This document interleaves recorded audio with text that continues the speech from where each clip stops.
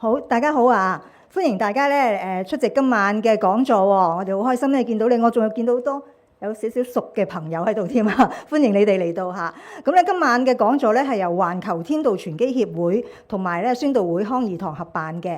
咁我哋今晚嘅主題咧係叫做了解腦退化症嘅真相喎。咁大家咧我諗都好期待今晚嘅講座嚇，好想知道究竟腦退化症係點嘅咧咁嚇。咁咧一陣間大家就可以聽到啦嚇。咁咧我喺講座之前咧我都略略簡介下今晚嗰個嘅流程咁樣啦嚇。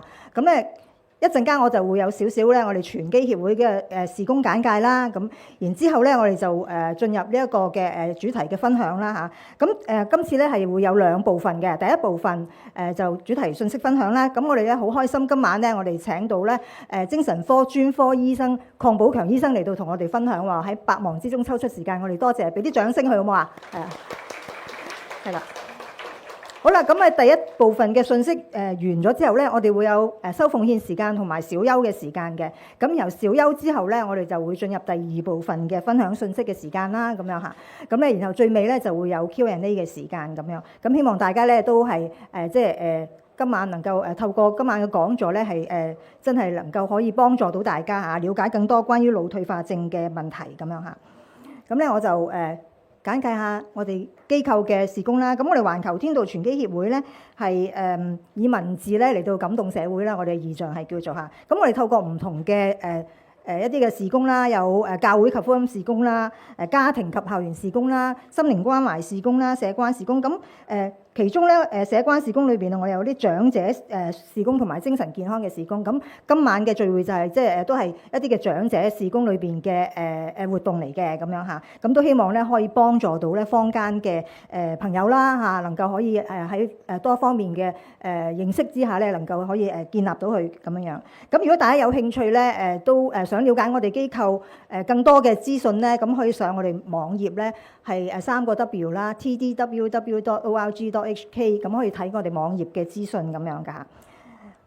咁我頭先咧就講過我哋係文字事工嘛，所以咧我哋其實咧喺明報咧就逢星期1至5咧，我哋都會有啲專欄嘅文章刊登過。頭先你入嚟嘅時候，個長刊嗰度係咪夾咗張啲剪報㗎嚇？呢啲就係我哋嘅喺明報刊登嘅一啲嘅文章嘅剪報咁樣咧，都俾大家可以睇下。咁裏邊嘅內容係好豐富㗎。星期1至5嘅專題都唔同嘅，咁大家可以咧留意下咁樣啦嚇，可以翻去閱讀咁樣嚇。好啦，咁咧我哋咧都係關心我哋做一啲全人嘅健康嘅事工啦，咁關心人嘅身心社靈咁樣。咁其中咧身體方面我哋都呢幾年都特別去關注嘅喎。咁咧我哋咧就舉辦咗一個咧叫做輕鬆樂象行嘅課程喎。咁係咩嚟嘅咧？咁其實呢個樂象行咧係由北歐咧芬蘭嗰度傳過嚟嘅喎。咁咧就揸住2支就唔係拐杖嚟嘅，係一個健行杖，一個活動嚟嘅。咁呢個運動咧就係可以幫助咧大家咧係透過呢個運動咧就調節你哋嘅步姿啦，又可以幫助你哋嘅脊椎咧又可以健康啲啦，糾正你哋嗰個嘅步行嗰個平衡力啦，咁等等好多好有有用嘅益處咁樣。咁你哋嗰份長刊裏邊都有呢一啲嘅呢張單張。嚟緊我哋係已經舉辦第12期啊嚇。咁如果大家有興趣想試下嘅，咁都可以嚟到報名參加咁樣嚇。咁另外咧，我哋又不時搞啲嘅環保講座喎。我哋嚟緊喺下個月嘅月中度啦嚇，就會搞一個咧叫做白色絲綢之路嘅福音挑戰啊！呢個講座咧就係由我哋嘅董事何建宗教授咧佢嚟到分享嘅。咁講到有關環保同埋宣教嘅關係嘅一啲嘅信息。咁咧就何教授就係香港大學地理系嘅教授啦，亦都係香港極地研究中心嘅主任嚇，喺呢一方面喺環保方面係非常之專長㗎嚇。咁大家有興趣都可以報名咁樣啦。咁嚟到今晚咧，我哋都帶咗一啲書喎，即係趁住今晚嘅講座，帶咗啲我哋機構出版嘅書啦嚇，傳基出版嘅書俾大家啦嚇。咁等大家喺各方面嘅知識上邊咧都可以增進一下。咁介紹幾本特別嘅書啦。咁其中咧有一本呢本就叫精神健康趣談2，咁即係當然有第一本啦，呢本係比較新啲嘅第二本咁樣啦嚇，第二冊咁樣。咁咧由6位精神科醫生咧嚟到去寫嘅，其中一位作者咧就係我哋今晚講員鄺寶強醫生喎嚇，咁咧都非常之好嘅一本嘅書啦嚇，喺簡單嘅文字裏邊咧就深入去講翻我哋一啲平常可能真係遇到有啲關於精神健康嘅問題嘅嘢咁樣，咁都建議大家去買本嚟睇下啦，又或者即係自己睇咗又幫助自己，亦都可以幫助別人咁樣嚇。咁另外一本咧就比較新嘅，就係叫解構憂鬱，呢個比較專題一啲㗎啦，就係專講呢個憂鬱症嘅。咁就大家都知而家都可能即係坊間即係有好多負面嘅情緒啊，咁可能導致有時有啲情緒低落啊，又或者憂鬱啊咁樣樣。咁呢本書咧就真係全面咁樣講解呢個憂鬱症啦嚇，包括憂鬱嘅成因啦、病徵係點樣，有啲咩藥物或者非藥物嘅治療啦，都會講到嘅。咁都係好好嘅即係可以俾大家去了解一下咁嚇。咁另外咧，一本咧就係講關於情緒嘅啦。呢本咧就以話為鏡。我每一次出嚟講座咧，我都會宣傳下呢本書，因為呢本書真係非常之好嘅，好大本。其實咧我帶上嚟嘅，不過冇 show 俾大家睇。呢本書咁大本，咁咧我哋今次咧仲係做半價咁樣樣，因為咧呢本書咧係作者咧洪家慧姊妹咧，佢曾經經歷過情緒嘅低谷，咁但係佢透過咧一路畫畫，將自己嘅情緒好似畫出嚟，又好似向神去傾訴咁樣。於是乎畫下咧，就將裏邊唔開心嘅情緒咧就畫咗出嚟咁樣，咁就舒服咗好多，咁可以即係治療咗自己嗰個嘅情緒嘅低谷咁樣樣嚇。咁所以咧都好鼓勵大家買嚟睇下啦。咁裏邊咧佢有好多嘅畫嘅，即係空白嘅頁俾你填顏色嘅，咁包括有盒顏色筆喺裏邊嘅，咁你可以咧一邊跟住佢嘅佢會教你點樣去將你嘅情緒點樣畫出嚟啊，點樣油顏色啊咁樣樣嚇，咁都好值得去買嚟用下啦，或者係送俾人啊咁樣樣嚇。咁最後咧介紹一本書俾大家咧，呢本咧就係叫做好細本嘅啫，好細本失眠面面觀。咁呢本書咧就由亞洲亞洲神經精神藥物醫學會咧嚟到去出版嘅。咁佢咁細本好薄咁樣啦，好容易睇啦，就係專講關於失眠嘅一啲嘅問題咁樣啦嚇。咁咧就亦都係鄺寶強醫生做主席嘅，係啦。咁所以咧就佢喺第一頁嘅序嗰度都有寫嘅啦嚇，點樣可以從咩叫失眠啦，失眠點樣嘅行為係點啊，或者點樣醫啊，咁樣都有講解嘅。咁呢本書非常之抵啊，仲係雖然話細本20蚊，但係非常之有用嘅嚇。咁都鼓勵大家去買嚟睇啦嚇。咁同埋頭先咧，大家咧入嚟嘅時候都會有一個問卷嘅，係咪啊？即係如果收到問卷嘅話，咁我哋填咗問卷交翻出去咧，如果你想買書咧，我哋可以再減5蚊咁俾你㗎嚇。咁大家都留意一下。咁好啦，最後咧就係我哋環球天道傳基協會咧係一個非牟利機構啦。咁其實我哋搞咁多活動啊，今晚譬如講座，我哋都係免費嘅啦。咁其實都係好多得弟兄姊妹嘅支持啦，有感動嘅朋友咧嚟到去奉獻支持我哋嘅事工。所以咧喺度都呼籲一下，係咩事啊？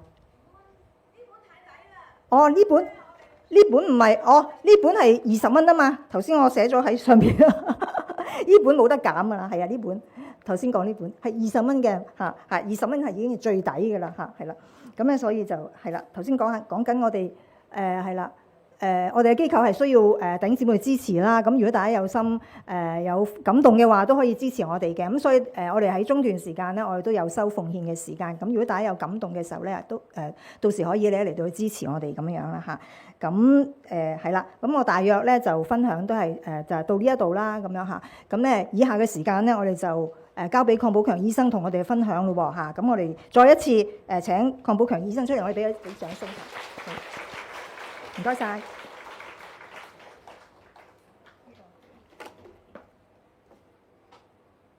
係，大家好。要兩邊望嘅，係大家好。主辦當局嘅交代我咧，就要賣多2句廣告。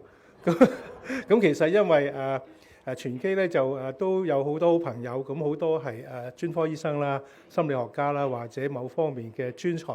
咁我哋係長時間都係其實義務嘅，就喺明報寫專欄。咁我都有份。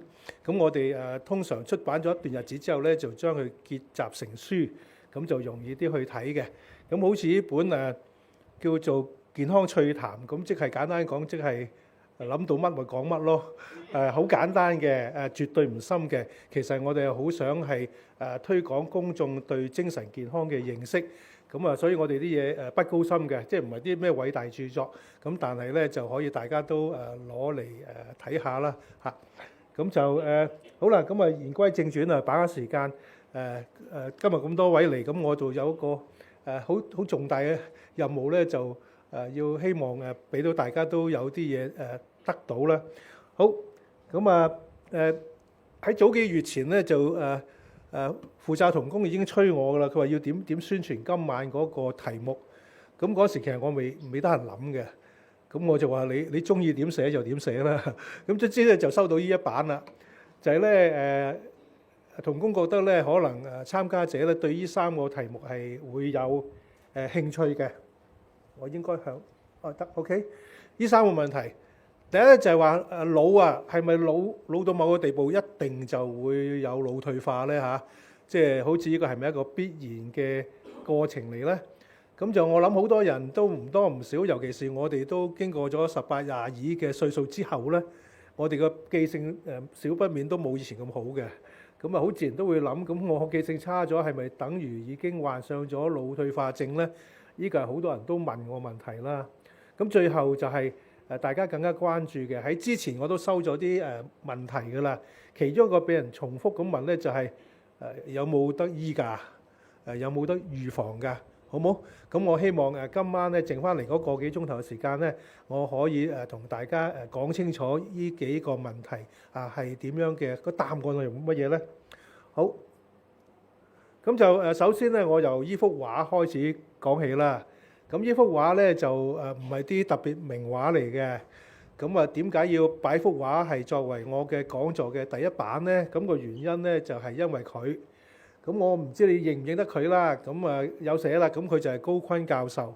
咁佢其實就係1986年到1997咁上下啦，有10年咧係我哋中文大學嘅校長嚇。咁就咁佢就特別之處咧，就係佢後來咧就患上咗呢個腦退化症嚇。咁佢大概喺2003年左右咧，當年佢係70歲啦，就發覺佢啲記性點解咁差咧？即係一個叻得咁緊要嘅人。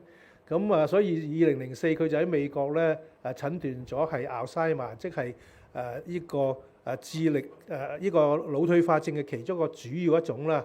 咁當時佢係70歲，咁就跟住14年後咧，就2018年9月23號咧就離世啦。咁我仲好記得嘅，當年佢係60年代就發表咗好多關於光纖嘅一啲嘅研究嘅理論。咁就要去到2009年咧，諾貝爾獎先至頒俾佢嚇。咁可能呢度有人仲記得個電視畫面嘅，因為佢當時佢喺呢個瑞典嗰個禮堂嗰度咧接受呢個諾貝爾頒獎，我去過嗰個禮堂嘅。咁就我仲記得咧，佢嗰時已經係腦退化咗幾年啦。咁就去到咧，咁着住好靚仔嘅西裝。咁但係佢其實唔係好知自己做緊乜嘅。咁佢又好聽太太話，太太話叫佢鞠躬，佢就鞠躬；笑佢就笑。咁就總之好友善啦。咁但係佢其實唔係好知做緊乜嘅。咁之後咧就唯有本來就應該諾貝爾得獎者就會發言噶嘛。咁但係佢嗰陣時已經退化到即係不能發言啦。咁就係佢太太咧就代佢講咗一番説話。咁個開頭咧我都仲記得。佢就話咧好榮幸得到呢個諾貝爾獎，咁即係呢個係世界上喺科學領域裏頭最高嘅榮譽啦，係好開心嘅。不過嚟得有點遲，因為咧60年代嘅工作到2009年咧，然後先至頒獎俾佢。咁但係嗰時嘅高錕咧都已經唔係認真知道發生咩事啦，佢冇辦法完全咁去享受到呢一份嘅喜悅同埋嗰個嘅榮譽。咁就係美中不足啦。咁因為高錕教授佢患呢個腦退化症咧，咁就於是乎都引起中國人，我哋香港人咧就開始更加關注即係腦退化呢個問題啦。咁就正話我第一幅slide咧，其實就係佢喺腦退化之後咁佢其他嘢都做唔到啦，咁就俾佢畫畫咯，畫畫嚟到使佢保持有活動，有嘢參與，有嘢寄託，咁然後嗰幅畫咧就係佢最後一幅畫嚟嘅。即係我點知咧？就因為舊年年尾咧，我哋有個東九文化中心咧，即係喺九龍灣地鐵站隔離啊。我唔知你哋有冇去過？舊年年尾咧就落成，咁落成嘅時候，咁我都去睇下啦。佢哋咧就用高坤教授嘅故事咧嚟到做開場白，即係喺嗰度搞咗個小型展覽，咁同埋咧做咗個音樂劇。咁我有幸咧就行過，俾我買到飛咧就入去睇咗呢個音樂劇嚇。咁就係咧即係紀念高坤教授嘅嚇。咁就係啦。咁我哋有時諗一個咁絕頂聰明嘅人，我諗佢係應該聰明晒我哋呢度，比我哋每一個人都聰明啦。但係佢都有呢個腦退化症嚇。好，咁我哋就開始進入今日嗰個講題啦。就係首先我想去搞清楚咧，就因為腦退化症有好多個名啊，係嘛？嗱，我哋就聽過大腦痴呆症啦、腦退化症啦、認知障礙症啦，又或者香港相對比較少講叫失智症。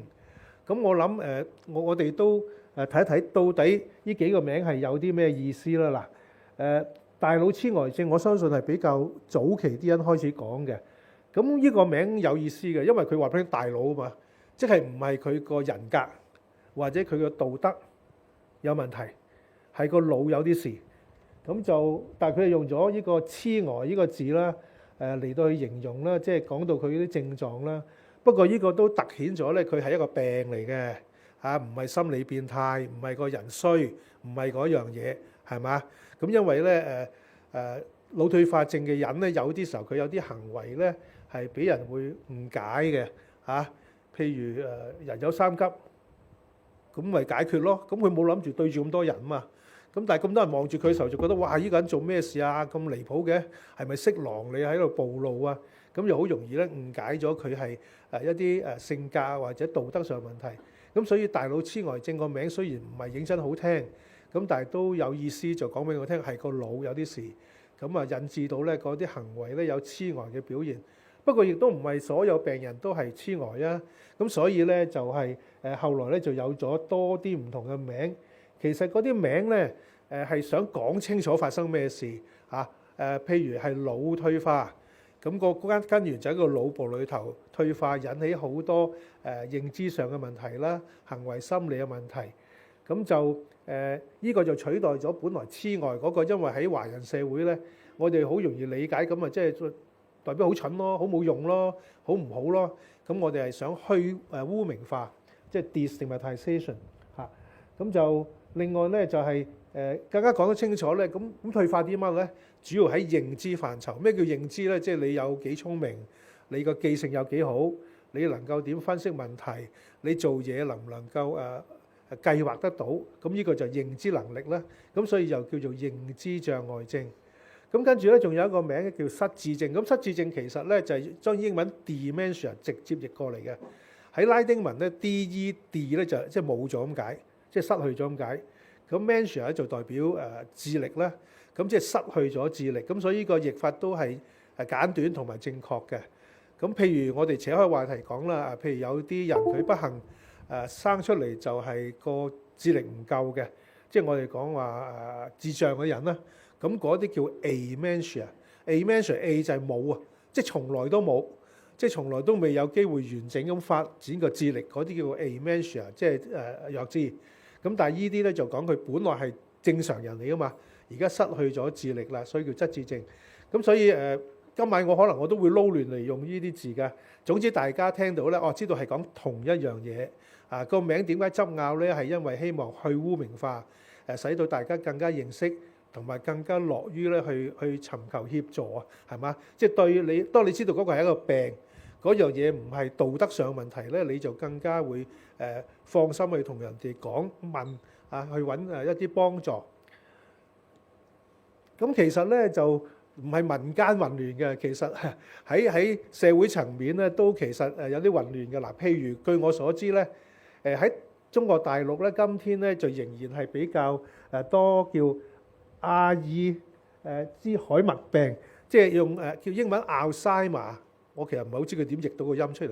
總之英文叫 Alzheimer， 就係最常見嗰種嘅腦退化病嘅一種，咁或者叫老年痴呆，咁就呢個中國大陸比較常用嗰個字眼。咁香港最常用咧，可能就係腦退化症，亦都係今晚我哋呢個主題用嘅名啦。咁台灣咧就中意用失智症呢個名嘅嚇，咁即係我哋中港台都有少少分別嘅喎。咁但係其實英文都唔好得去邊度嘅嗱，譬如咧啲字比較細啲嗰度啦，有個 DSM-5係乜家伙嚟咧？就係一個美國其實世界公認嘅一個精神醫學斷症嘅一個標準嚟嘅嚇。咁雖然係美國啫，但係因為美國喺各方面嘅影響力好大嘅，咁所以全世界包括香港咧，我哋好多時做斷症咧都引用呢個 DSM-5。咁佢又唔係用呢啲名嘅，佢叫做 Major Neurocognitive Disorder，Major NCD 咁其實強調就係重度嘅，即係 major 嘅，就唔係嗰啲少少冇記性嗰啲。咁同埋咧係 neurocognitive，neuro 就係個腦神經啦 ，cognitive 就係認知啦，就有一個咁嘅名嘅。不過倒轉頭咧，世界衛生組織咧用嗰套叫 ICD-10-11，即係International Classification of Disease 嘅第11版，亦都係我哋日常會用到嘅。咁佢用嘅名咧就咁嘅，佢繼續用 dementia， 即係腦退化呢個名。不過佢一邊加條尾嘅，就順便講埋你嘅斷症裏頭，其實你話佢係邊一種嘅腦退化咧？譬如係因為 Alzheimer，或者因為咧cerebral vascular disease， 即係中風腦血管栓塞嗰啲問題，或者係Lewy body disease， 即係個腦液視體嘅腦退化，或者咧係 frontotemporal dementia， 或者其他原因嚇。咁所以係啦，咁就呢度短短一段時間同大家講即係中文有啲咁嘅混亂嘅，英文都有咁嘅。不過唔緊要，總之你知道係講同一樣嘢，咁就 OK 啦。好，咁我哋咧就第一樣要問嘅問題咧，就係年齡同埋腦退化嗰個嘅關係。嗱，咁呢幅圖你離遠睇都知啦，即係年輕啲，即係60歲開頭嗰度咧就少噶嘛，好少啊，接近0噶嘛。咁但係去到即係85以上咧，就飛咗上高喎，係嘛？咁即係簡單講咧，就係每幾年咧就倍增嘅呢幅圖嚇。咁譬如我用一個表嚟到去表達啦，嗱容易明嘅咧就係譬如啱啱去到60，叫做入咗叫做長者年域啦，咁就100個可能有1個半個咯，咁1 to 2%。不過攬後5年6年咧，就雙倍喎，變咗2至4喎。咁去到70咧就4至6啦。如果咁攬上去咧，就去到85歲或以上咧，我哋講緊25%到40%。哇，咁就真係唔少喎，即係話1/3，10%即係4成人喎，即係85歲以上。咁所以第一樣我哋都要認知嘅咧，就係腦退化同年紀係好有關係嘅，越老就越多。咁下一個問題就係大家喺 slide 嘅第一版問噶嘛，咁越老係咪即係事必即係人人卒之我哋都會腦退化咧？咁又好似唔係喎。嗱，我唔知你我識得起碼3、5、7個係超過100歲嘅人，咁佢哋身體就梗係比較渣啲啦，都唔可以四圍去啦。咁但係啲腦筋係非常之清醒嘅。見我就記得我上一次同佢講過乜做過乜嘅，係嘛？即係我哋哇，你好似仲叻過我哋。咁即係簡單嘅答案咧，就唔係事必嘅。不過個機會咧就越嚟越高。咁我諗我哋都係用一個平常心去接受呢個咁嘅答案啦。就因為其實年紀大做咩病都多啲噶啦嘛，係嘛？譬如我哋最驚嘅腫瘤，咁就因為身體老啦，嗰個防範啲不正常細胞出現嗰個機制就越嚟越少，咁於是乎咧就有啲唔聽話嘅細胞咧就搏命繁殖，咁嗰啲咪叫腫瘤，叫 cancer 咯，係嘛？咁年紀大就咩中風啊、kick crack 嘅嘢冚唪唥都多咗啊嘛。咁腦退化症亦都係同一樣啦，就隨住年紀越多咧就比率越高嘅。不過又唔係事必係，即係我哋唔使諗，我遲啲就會 demented，即係會腦退化，即係我哋又唔需要咁諗嘅。好啦，咁下一個問題咧就即係我估呢度好多人都有興趣嘅。我而家啲記性好似冇以前咁好，我仲搞嘢啊！我早2個禮拜其實喺教會我講同一個題目，講到最嬲尾嘅時候，我話哎呀死啦！我唔記得第一個問題係咩添，即係我要答3個問題啊嘛。咁但係我話我唔記得咗第一個問題係咩喎？咁啲人就嘎嘎聲笑啊！即係原來講者都係咁上下啫。咁樣咧就咁我啲記性差咗，係咪就等於我患上咗腦退化咧？咁啊，要答呢個問題咧，就要知多好多嘢嘅。咁我慢慢同大家嚟到去解釋啦。嗱，第一樣咧就係要斷一個人正有呢個腦退化咧，就要有啲 significant cognitive decline， 即係有顯著明顯嘅認知退步。咁認知退步咧就包括邊啲嘢有退步啊？專注力咯，或者唔能夠持續咁專注咯。執行功能啦，咁我陣會解下啦。學習同記憶嘅退步啦，講嘢能力啦，知覺動作嘅功能咧，即係做一啲簡單嘅動作啊，又或者對周圍嘅環境、社會嘅認知啊，或者理解人哋到底人哋而家開唔開心，中唔中意聽你講呢個笑話咧？啊，即係呢一啲嘅能力咧都下降咗，咁就唔可以話我自己覺得嘅，通常穩陣啲咧，就係身邊有啲可靠嘅人，佢真係覺得你同以前爭咗好遠，咁就即係呢個係比較準確一個嘅表達啦，係嘛？即係自己啊，即係好似我嗰次嗰刻，我忽然間諗嗰3條問題，第一條係咩問題咧？咁啊諗咗一陣先答到嘅，咁啊即係我自己就唔可以作主㗎，咁啊要第三者，又或者咧透過專家啦，或者醫生咧嚟到做一啲客觀嘅評估，咁我陣間都會俾大家睇下，即係我哋如果做評估係做啲乜嘢評估啦。嗱，所以第一樣要斷症咧，就真係有啲明顯嘅認知嘅退步，咁就咧以致到咧就使到一個人咧嗰個生活咧就冇咁能夠獨立啦，包括咧就係處理錢啦，我哋老咗個人都有啲藥食㗎啦嚇。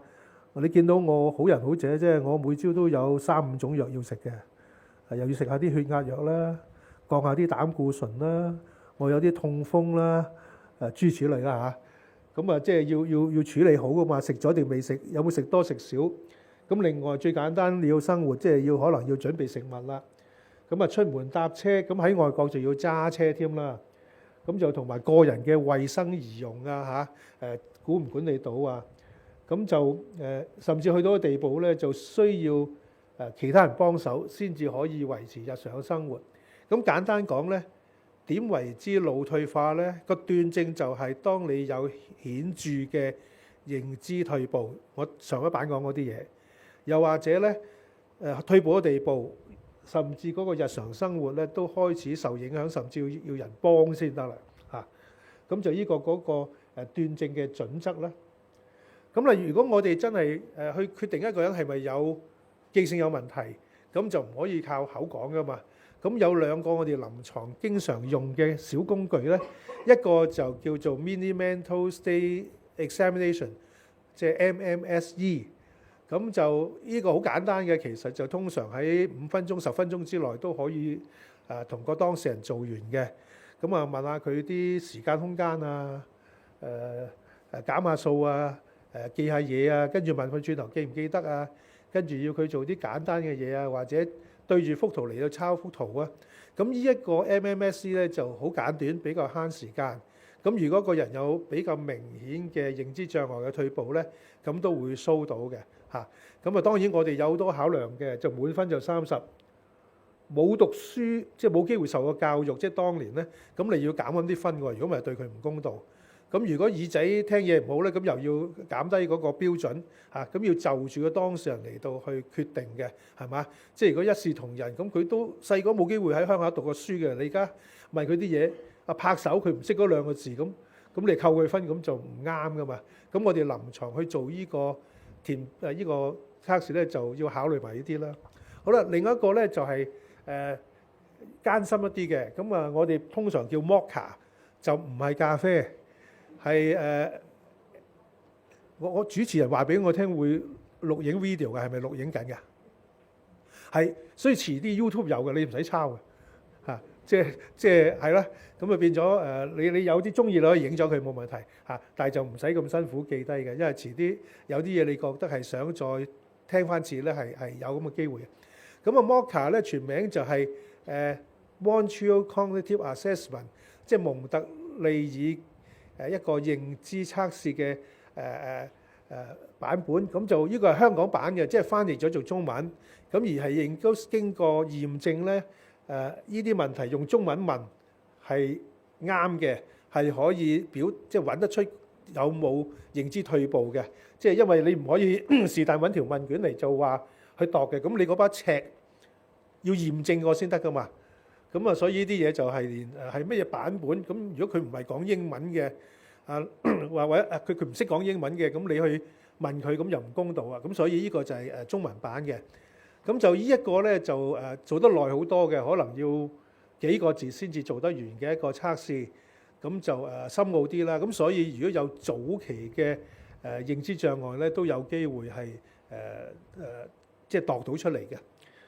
咁啊，我哋要離開呢兩個版面喎，因為就係嗰兩個版面咧，就其實我唔應該俾你睇嘅。即係等於 IQ 題或者係燈謎，即係燈謎嚟考你哋個 IQ。但係如果我之前俾你睇過晒啲燈謎，你都走去做晒功課，咁你識晒答案，咁到你嚟去考嘅時候咧，就發覺都唔能夠公道咁反映咗你嗰個認知啦嚇。咁係啦，咁所以咧就係嗱，咁我淨係講嗰點斷症啊嘛。咁我諗要可能聽落去字面就好似好簡單咁，但係咁我哋有冇啲具體嘅日常生活嘅例子，使到你明白乜嘢叫做認知障礙咧？嗱，譬如最常見、最典型咧就記憶障礙，就近期記憶受損。咁係咩叫近期記憶咧？嗱，因為我哋本來應該新嘅嘢，我哋應該記得好啲嘅，係嘛？咁嗰啲古老18代嗰啲嘢咧，就通常就已經好多年啦，都冇諗起，咁可能冇記得咁好嘅。咁但係有認知障礙嘅人咧，佢就因為個腦開始退步啊嘛，咁就最近啲嘢咧都冇地方擺落去啦。即係冇新嘅嘢擺唔到落去。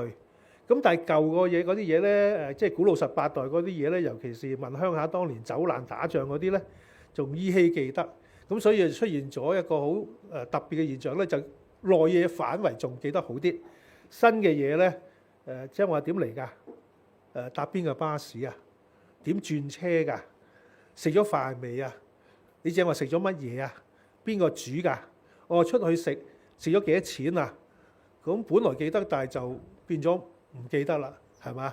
咁我都見過有一個咧，就個記性唔好個地步，就都好凄涼嘅。就有一次我睇一個老人家，咁原來佢以前係護士長嚟嘅，甚至係我護士嗰啲老師嚟嘅。咁嚟到梗係好客氣啦，即係咁我發覺佢就有退化症啦。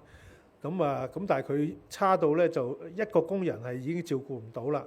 咁我冇得揀啊，咁唯有收佢入醫院，然後嗱嗱聲幫佢揾一啲好嘅院舍去安排佢啦。咁佢就喊，就嗌我唔好收佢入醫院。點解咧？佢就我翻屋企要煮飯俾我老公食。咁我就唔忍心都要講啦，話你先生舊年好似走咗咯。佢係啊，喊到好凄涼，成身濕晒。咁轉個頭冇嘢，咁就送佢入醫院啦。咁入醫院嗰幾日就姑娘話俾我聽，好凄涼嘅。佢每半日咧就會衝門，要趕翻屋企煮飯。咁唯有就話俾你聽，你唔記得咗啦？你先生唔喺度啦。咁係喎。咁於是乎你又傷心一排。咁都搞咗一排，咁先至可以送到佢去院舍。咁就係嗰啲嘅記憶啦。咁就譬如舉例，啱啱食完飯10分鐘之後就今晚有冇飯食？咁我就親身見過啦。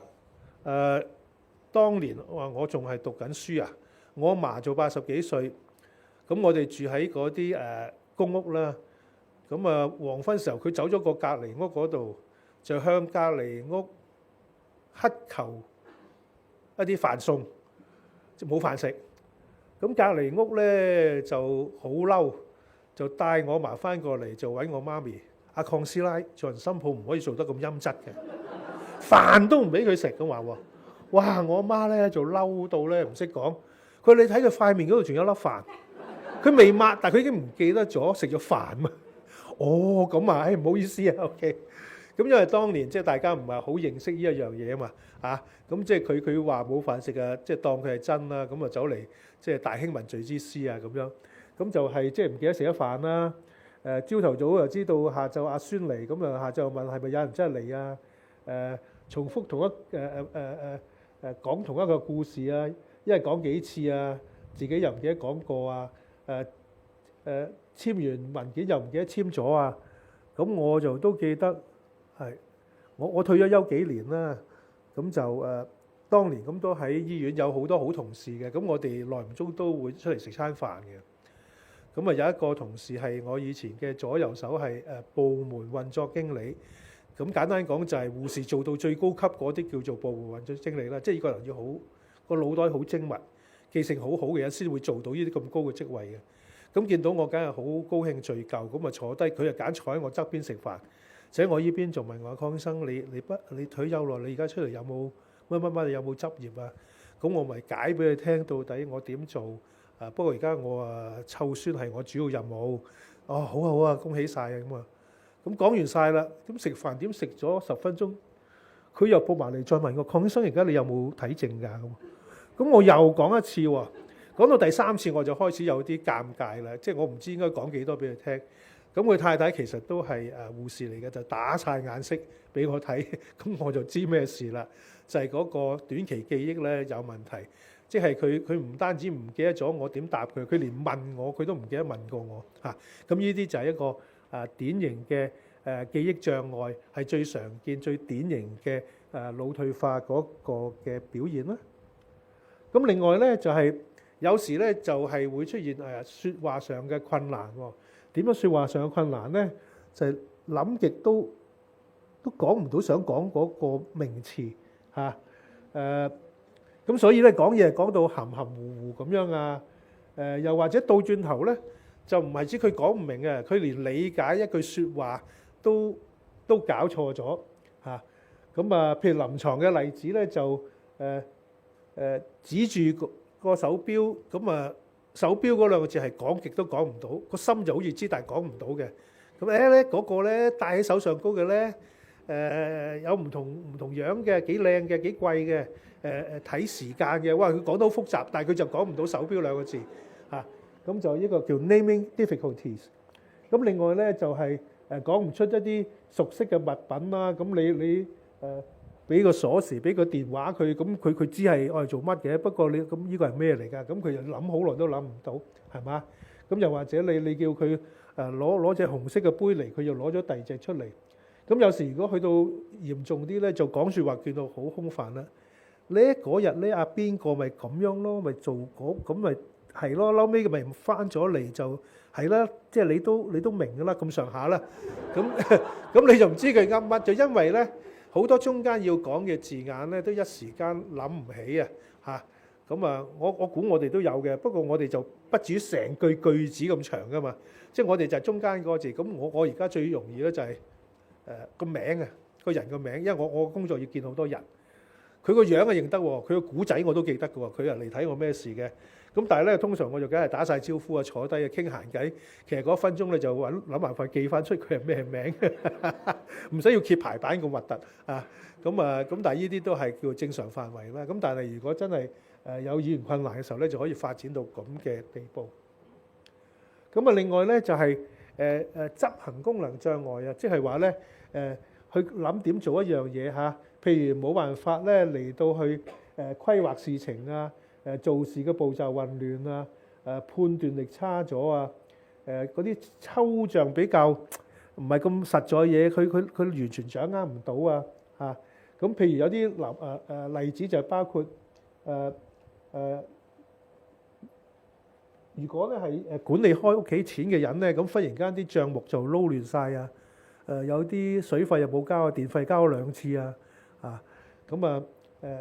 煮餸嘅時候咧，嗰個次序都撈亂咗啦。幾時要開火，幾時要倒啲菜落去啊？嗰啲次序都撈亂咗啦。出街咧會蕩失路啦，因為都唔記得點翻嚟。咁我都真係試過嘅。有一次我揸車，架車冇乜油啊，咁於是乎我就一條都幾好少人到嘅路上高就入咗個油站，咁就入油啊嘛。咁入油嘅時候，我就睇倒鏡就望到個婆婆好似好慌張喺個油站前後行來行去。嗰度其實係冇住宅嘅，即係車都唔容易搭嘅。咁我望咗佢好耐，咁我就擔心佢有事啦。咁啊，卒之我就問阿婆婆咩事啊？咁佢又好好喎，佢又肯同我講喎，即係我唔識佢㗎，佢都敢同我講，就係話佢本來住喺西環，就搬屋搬咗去華貴村。咁但係喺西環買咗幾粒10年餸啦。咁於是乎咧，搬咗去之後咧，佢都日日係搭車出西環買餸嘅，又好食啦，又熟啲鋪頭啦，又平啲啦。喺邊度買又知啦。咁但係嗰日就出事啦。嗰日咧，佢買完就趕時間就翻屋企啦。咁佢應該搭錯車。咁搭下行下咧，佢就發毛啦。呢度都唔同樣，呢度邊度嚟㗎？咁於是乎就落車咯喎。咁落咗車就死啦。嗰度基本上都係叫做荒山野嶺嚟嘅，係啲車高速路過啫。咁佢更加發埋，可以蕩嚟蕩去啦。咁我見到唔得啦，即係我覺得佢咁喺度，人哋可能冇人理、冇人知嘅。咁佢行來行去，咁到夜晚咁點算咧？咁我就卒之同佢傾偈，咁佢又好好，佢又信我喎。我話婆婆，你介唔介意你上我車？咁啊上咗我車咧，我就車咗佢翻去華貴村，即係華富村隔離嗰條村。咁啊一入華貴村嗰條路咧，佢當堂笑啦，佢認得啦，即係就係屋企啦。咁佢落車，咁我就叫佢哋快翻屋企啦。咁其實我好想通知佢屋企人，但係又唔方便，咁即係抄佢銀包，揾一啲通訊嘅嘢。因為我好想佢屋企人知道咧，佢係會蕩失路嘅。咁就即係以後呢方面要提高警覺啦嚇。咁就係蕩失路係一個都幾經典嘅一個嘅表現啦。咁另外咧就係睇唔到。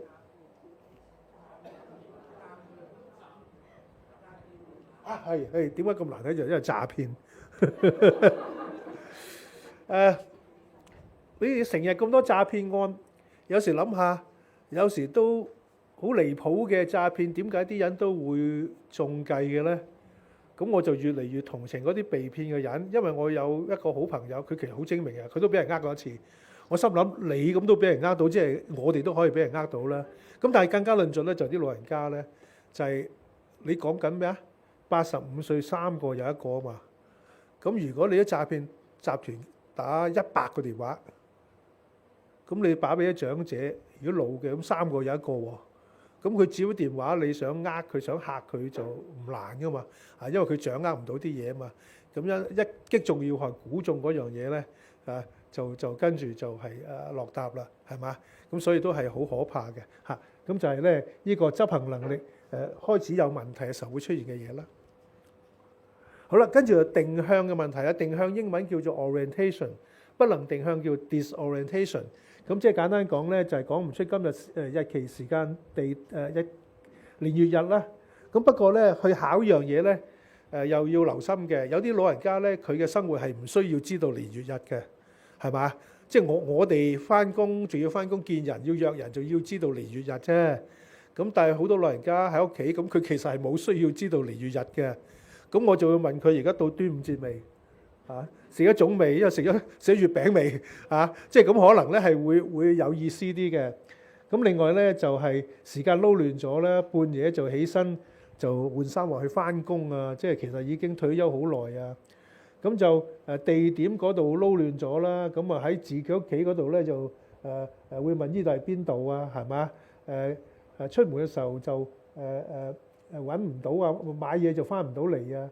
咁人物定向咧就係即係認唔到啲人啊，會撈亂咗啊！譬如唔認得自己啲親人啊，將老婆當咗係家姐啊。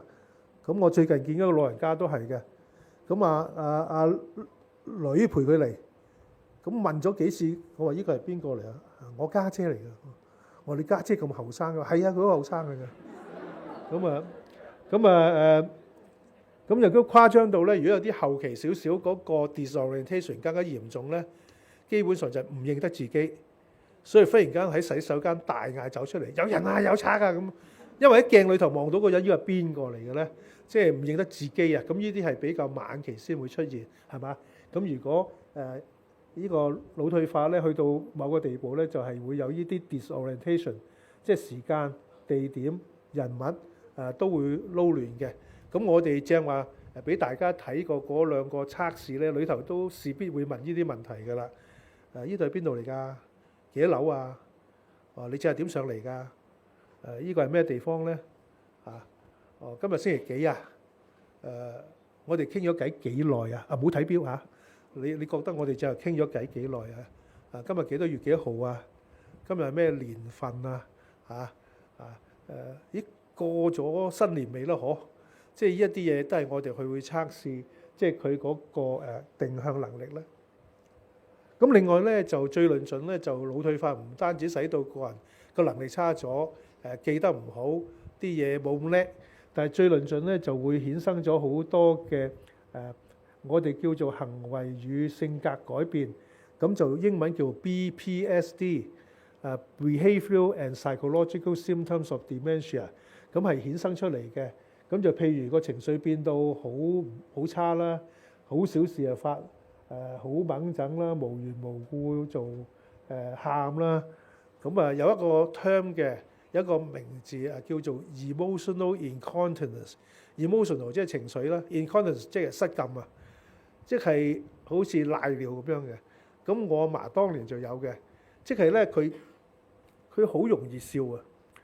咁我哋嗰時細又曳咧，又唔知頂咧，咁我就會同佢整鬼佢做引佢笑，佢會笑到塊面紅到變黑，幾乎窒息死咁滯嘅。咁我媽咪就鬧我哋嘅，你唔好咁玩阿嫲啊！即係就因為佢好容易啊，你一個小動作或者一個聲音就嘎嘎聲咁笑，笑到咧就完全控制唔到，咁就個情緒開始有啲嘅問題啦。就有啲時候咧，就因為個人個思想都混亂啦。就開始有妄想啦，咁就覺得人哋攞咗佢啲嘢，偷咗佢啲嘢害佢啊，咁就最容易就話個工人偷咗嘅嘢啦。咁有時都唔知真定假噶嘛，有啲工人真係偷嘢噶嘛。咁就聽個古仔都唔知真定假。咁但係簡單講咧，佢就因為記性唔好，佢係驚啲嘢唔見咗，於是乎就收到好埋。收到好埋之後咧，就真係揾唔到喺邊度嘅，因為收得太好啦嚇。咁收得唔好嘅時候，咁唯有就賴俾人偷咗啦。即係冇理由冇咗噶嘛嚇。咁我都有少少咁嘅，即係我有時有啲好濕星嘅嘢啦，我覺得呢樣嘢好容易唔見嘅。咁我就好清楚知道我係特登收起嘅。死啦，過咗一排，我記得我好特登收起，但係我未必記得我收喺邊度。咁又要用個邏輯思維嗱，我可以擺喺邊度啫？我係嗰個幾個位啫嘛，我唔會企喺床下底擺噶嘛，我梗係來來去都嗰幾個位係最就手、最安全，唔會俾人搞到嘅。咁喺嗰度，佢又揾得翻啦。咁但係即係腦退化人咧，即係呢個認知障礙咧，就咁嘅情況啦嚇。咁就話屋企有人走咗入嚟啊，係嘛？咁另外咧就有幻覺啦，咁就即係明明冇，佢又聽到有人有啊。有人喺出邊啊，有人走入嚟啊，喺度行來行去啊，咁就性格嘅改變啦，本來個人咧係本來點咧，就變到更加極端啦。本來係火爆，而家更火爆；本來多疑，而家更多疑；本來係好固執，而家變到即係固執到不可理喻。不過亦都有啲時候咧，係個性格係變咗，以前唔係咁嘅，以前個人好斯文嘅，而家變到好粗魯啊，講嘢又大聲啊，甚至爆啲唔好聽嘅嘢出嚟啊。咁就對社交嗰度嗰個感覺唔好啊，即係唔知道呢個場合，譬如而家咁嘅場合，我忽然間同你講個好低級嘅3級笑話，咁大家都對住我唔識笑啊，就話呢個咩人嚟㗎？咁就腦退化人係有時會出現啲咁嘅情況嘅，甚至咧就係有啲唔好嘅例子啦嚇。啲色狼啊，我哋有個 term 叫做金魚佬啊，我唔知你識唔識啦嗬？即係嗰啲老人家就走去鹹濕啲細路仔嗰啲啊，咁即係哇！呢啲人真係差啦咁樣啊，要小心佢哋。咁但係呢啲人其實如果你了解佢嘅人生歷史咧，佢以前係正人君子嚟嘅，係好即係端端正正一個人。咁你就會問啦，咁如果真係講得俗啲鹹濕，咁應該後生就比較差啲噶嘛？而家都老成咁嘅樣咯，咁仲點鹹濕咧？咁其實就唔係佢個衝動多咗，係個自制力少咗嚇。即係本來呢啲嘢咧，自己都有啲節制嘅，即係知道有啲嘢唔應該做嘅嚇。咁但係而家嗰個節制能力少咗，於是乎咧就有時做一啲咧即係唔係幾好嘅嘢，咁於是乎咧就搞到好論盡啦，係嘛？咁就嗱，呢啲咧就係 BPSD， 咁就往往咧係呢啲使到嗰個料理啊照顧係更加困難。咁尤其是有啲係衝著自己嚟嘅，咁我就見過一個最極端嘅例子，就好少發生嘅，不過我係見過咁樣咧。簡單講，阿婆阿公一齊嚟，睇嗰個係阿婆唔係阿公，咁就個太太我同佢傾偈，發覺佢好似冇乜嘢，又有禮貌，又好尊敬醫生咁樣。咁跟住問個老公咧，就話唔係啊，佢好衰啊，佢成日話我有外遇啊，講埋啲咁嘅嘢啊，咁嘅年紀講埋晒啲咁嘅嘢，好失禮，好核突噶嘛。咁我聽到都唔知信邊個好。跟住咧就出示證據啦。咁個老公咧犀利啦，就俾答信我睇喎。我話乜嚟㗎？佢話佢成日盤問我，我都話冇。咁佢冇辦法啦，佢要逼我承認。跟住咧就偷地偷咗我個印章，就冒我名寫信翻鄉下，就寫俾啲親戚。嗰啲係信做咩嘅咧？係表白佢曾經不忠，即係咁嚟到逼個老公認賬。咁仲話寄埋相嘅，仲有個野仔嘅。咁我睇個野仔係邊個啦？一睇呢個咪阿呂良偉，即係當年嘅明星。哇！真係當堂幾乎想笑都唔敢笑出聲，係嘛？嗱，咁所以有時嗰個 BPSD 咧，佢衝着嘅係照顧者而嚟，咁就最陰公啦。即係你又要照顧佢，但係嗰個箭嘴咧，即係嗰個矛頭就直指係照顧者，咁所以即係好辛苦嘅嚇。咁所以如果今日講嘅內容係想做咩咧？其實我就最想啲照顧者明白多啲，就起碼容易啲處理啊，係嘛？你知道係咩事？咁你譬如好似我阿嫲話冇飯食，佢乞飯食，咁我就又個冇記性，咁我哋就唔會走去覺得呢做咩？佢隔離中傷，即係個心抱啫，即係我哋唔會咁諗咧，個感覺就好啲咯。咁跟住咧，仲有一啲會出現嘅就 apraxia，就失用症。即係咧，有啲好簡單嘢做開，攞住條褲唔識着，攞條褲嚟着喺身上，咁梗係着到亂晒龍啦。又或者 anosia，就係嗰啲嘢咧，就唔係嗰個感官，即係唔係你聽唔到睇唔到，但係總之就唔認得嗰樣嘢係乜嘢。咁我試過見過有一個咁嘅人嘅，不過佢其實唔係腦退化，係中風，不過就有同樣嘅症狀咧，就點咧？咁我冇見佢一排，咁佢見到翻嚟，我話你點啊？你冇一排冇見佢。佢話我中風啊，入咗醫院啊。好彩而家好翻啦。咁佢其實嘅工作好簡單，佢就喺停車場嗰度咧，就係做登記車輛 number 收錢。咁佢出得院啊，醫生又話你好翻啦，咁咪翻工咯。翻到咧，佢話個問題咧就佢對住啲車咧，佢睇極都唔明呢啲係乜嚟啊？AB 123即係咩啊？車牌，佢睇極都唔明嗰個係車牌。咁啊，差唔到就老細梗係炸佢型啦。咁我就話你唔係唔想做嘢，係你個腦未得。咁於是乎我就俾佢再多一段日子嘅病假。咁再過幾個禮拜佢翻嚟見我，佢話我而家認得啦，入嚟嗰啲係車牌嚟噶嘛，好容易啫嘛。咁啊抄低佢跟住就得噶啦。咁就即係佢過咗嗰個時間。咁但係咧，即係如果腦退化症嘅人咧，會有咁嘅情況出現。咁啊，最後演變到就日常生活嘅功能退化啦嚇，唔識做好簡單嘢啊，唔識用手機啊，唔識撳櫃員機啊，忘記交錢啊，唔識搭車啊，咁就係食嘢啊、着衫啊、去廁所都有人幫啦，係嘛？咁去到最後晚期，咁大家可以想像咧，就大小便失禁啊，行唔到啊，即係成日瞓床要人照顧，咁呢個就係到後期，即係大家可以想像到嗰個結果。好，咁我諗我講到呢度停一停先，好冇？就我哋準時10分鐘之內就翻嚟，好嗎？咁我哋盡快係坐低啦。好，咁我諗咧就講咗成個鐘頭咧，就因為要答而家呢個問題，就係我哋經常會出現咗，就係我開始健忘，咁會唔會我係腦退化咧？咁即係呢個好切身嘅一個問題。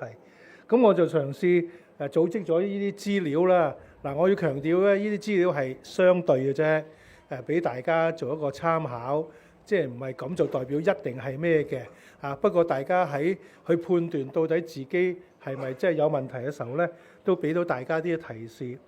咁譬如嗱，我用咗上高一個表嚟到寫低嘅，就係正常嘅腦咗啲健忘嗰啲係正常範圍嘅，同埋一啲早期嘅失智症或者腦退化症點分咧？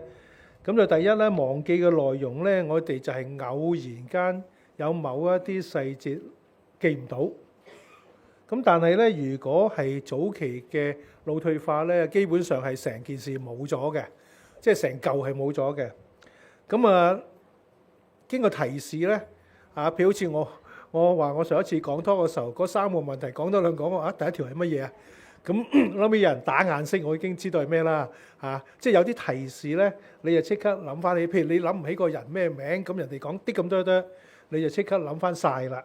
咁呢啲就屬於正常嘅老化健忘咯。咁但係如果提完之後都好似仍然係空白乜有件咁嘅事咩？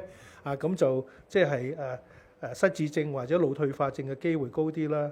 咁當然個嚴重程度就有冇影響生活係一個分野線啦。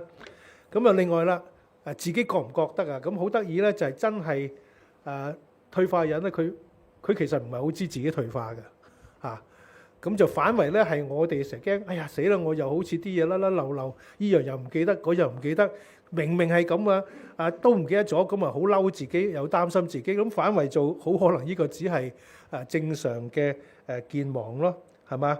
咁而咧嗰個轉變嘅速度啦，咁如果你發覺我啲冇記性都10年8年㗎啦，即係好耐嘅，都係咁。咁你怕且咧，可以話俾自己聽，唔使驚，係嘛？即係我經常都俾我啲病人問呢個問題啊，我頭痛得好犀利，我個腦係咪有啲嘢咧，或者生嘢咧？咁我話有幾耐啊？冇10年都有8年啊。咁我就答佢，照計唔使照都知道冇事啦，因為我哋個腦係有個頭骨包到實嘅，係唔容許入邊有啲嘢脹大咗突出嚟擲住啲嘢，係唔容許嘅。所以有少少甚至血塊淋白白㗎嘛，血塊都會擲住都唔妥嘅。咁所以如果10年你都冇嘢都係咁嘅話咧，即係我就算唔使照腦咧，我都差唔多知道你唔係一定唔係嗰啲咁嚴重嘅嘢咯。咁同樣都係啦，即係如果你嗰個健忘都好一段長嘅日子都係咁上下，又冇影響你生活，而人哋一提你其實又諗翻晒嘅，係硬係講到口唇邊嘅啫。咁同埋咧就唔係全部唔記得，係部分唔記得。咁嘅時候咧，怕且咧都係一啲上年紀嘅健忘，咁我哋唔需要太大擔心啦。咁下低個 slide 嗰度咧就講得仔細啲。其實我哋正常嘅健忘咧就係嗰個存取功能咧就係正常嘅，即係記入去其實記咗噶啦。不過一時叫你攞翻出嚟 recall 咧，你就一時間好似諗唔起。咁但係啲嘢其實入咗去嘅，咁就同嗰個腦退化症咧，根本整件事係冇記入腦咧，係唔同嘅嘢嚟嘅嚇。咁譬如我話係啦，咁啊唔記得人嘅名，人一提就即刻諗起啦。咁啲嘢擺埋咗，咁但係坐低個心定啲，逐層諗下去揾，咁啊揾得翻，咁就報時冇事啦，係嘛？咁所以咧就嗱，呢個係一個比較簡單，即係俾自己去知道自己唔需要太大擔心。咁但係當然，如果真係我話唔止咁喎，我有啲係都要擲界咁喎，咁啊做一啲嘅比較客觀嘅評估，咁啊知道係定唔係啦。咁我耐唔中都有啲咁嘅人嚟揾我嘅咁啊計完晒分之後，我話你冇嘢喎，你個分好高喎，咁啊得啦，多謝你，咁啊唔使再翻嚟揾我啦。OK 嗱，咁我哋咧就後邊時間唔多，咁我其實好希望做後尾我收咗好多題目啊，咁我希望都答啦，咁就希望可以講得完嗱。講咁耐啦，咁其實呢個失智症或者腦退化症咧，其實有唔同種類嘅。嗱，我喺度咧只係講咗4類咧，係大家即係需要知道下嘅啫。其他啲好罕有嗰啲，你又唔係專家，你又唔係醫務人員，你其實唔使識嘅。咁啊，第一種咧就係 Alzheimer 啦，中文就譯做阿茲海默症。咁有啲懶嘅譯法咧，就叫亞氏痴呆症。咁呢個佔咗6、7成，即係呢個係大戶嚟嘅。即係2/3咧就係 Alzheimer 嚟嘅，咁第二個最常見咧，佔10%至20%一兩成嘅咧，就係 vascular dementia， 就血管性失智症。簡單講就係有好多次小中風，其實某程度你唔知嘅。咁跟住咧就形成咗一個咁嘅腦退化啦。咁另外又有兩種大家可能少聽啲咧，即係叫腦逆視體失智症，一個叫做咧腦葉裂型嘅失智症。咁一陣我先再解釋啦。好，咁我哋跳落去咧就講呢個 Alzheimer， 因為呢個係最常有嘅，咁亦都係大家認知最多嘅，就係早期咧就係近期記憶變差，咁就而且咧譬如有講嘢成日都講唔到嗰個字，咁啊個定向嗰度啲時間地點會撈亂，判斷力差咗。咁如果 Alzheimer 到後期啲咧，咁我就講噶啦，個性格會有啲唔同咗啦，好似變咗另一個人咁。咁啊一啲基本生理嘅功能，食嘢啊吞嘢嗰啲咧，就都開始有困難，以至甚至係要人哋照顧。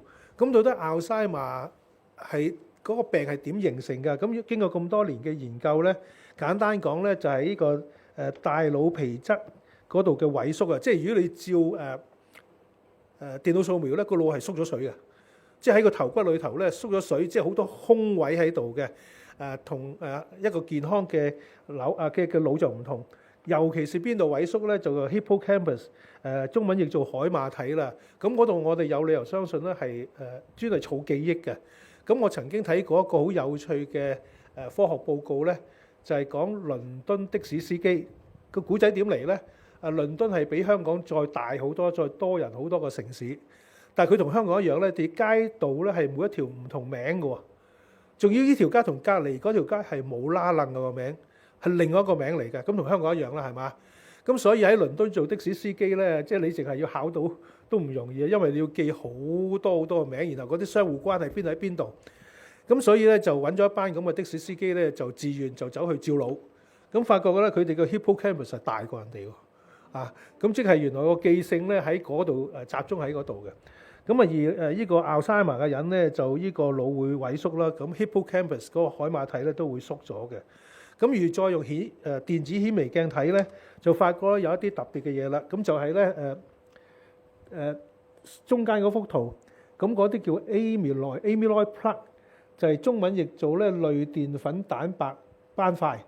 咁即係咧就喺個腦裏頭用電子顯微鏡放大幾十萬倍，就發覺腦神經同腦神經之間就積咗一啲咁嘅沉澱物，佢有啲澱粉成分嘅嘢。